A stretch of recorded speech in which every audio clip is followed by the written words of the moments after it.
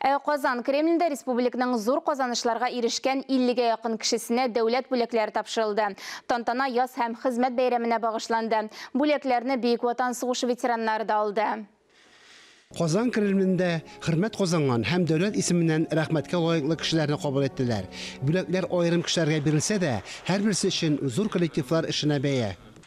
Кайда гына хезмәт итсәгез дә, сез йөкләнгән эшкә намуслы һәм иҗади карашыгыз белән аерылып торасыз. Барыгызга да эшегездә һәм шәхси тормышыгызда уңышлар телим.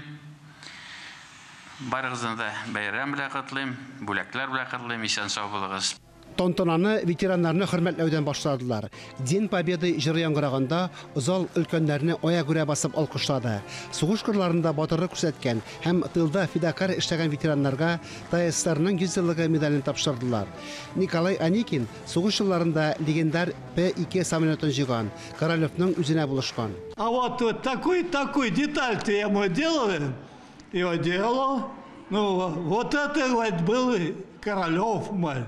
Менә шундый деталь истә. Мин аны Королев заказы буенча эшләдем. Шуның өчен миңа өстәмә икмәк пайкада бирделәр. Бүләкләнүчеләр арасында Сарман аграр көллияте директоры да бар иде. Соңгы 20 ел эчендә ул Гатәти район техникумын Идел буенда алдынгы ресурс үзәгенә әйләндергән. Ул миңа икеләтә, ничектер куанычлы.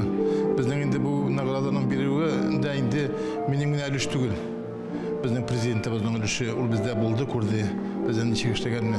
Безнең үзебезнең фән министрлыгы, мәгариф министрлыгының өлеше бик зур.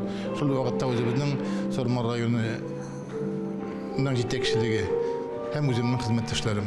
Табибләргә аерым игътибар бирелде. Алар һаман да коронавирус йогышына каршы көрәшә. Казанның 10-нче хастаханәсе җитәкчесе хезмәтен бәяләделәр.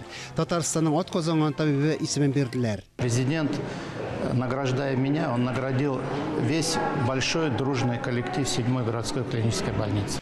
Бүген президент мине бүләкләп, хастаханәнең бөтен зур тату коллективын бүләкләде. Шуңа күрә мин бөтен коллективка да бик зур рәхмәт белдерәм. Кешеләр гомере сагында уявышыйлар.